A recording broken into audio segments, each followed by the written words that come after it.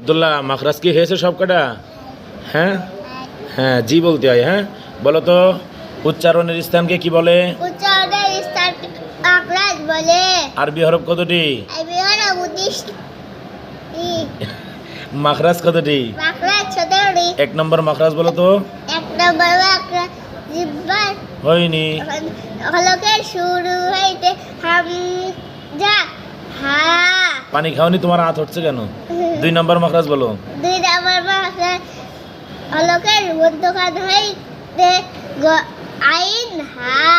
তিন নম্বর মাখরাজ বলো। তিন নম্বর মাখরাজ হলকের শেষ হইতে গই খ। চার নম্বর মাখরাজ বলো। চার নম্বর মাখরাজ জিহ্বার গোড়া তারপর মুড়ে তার সঙ্গে লাগাইয়া দুই নুক্তা হলে কফ। পাঁচ নম্বর বলো। পাঁচ নম্বর মাখরাজ জিহ্বার গোড়া থেকে একটু আগে বাড়াইয়া তারপর মুড়ে তার সঙ্গে লাগাইয়া মধ্যখান পেছানো কাফ। ছয় নম্বর বলো।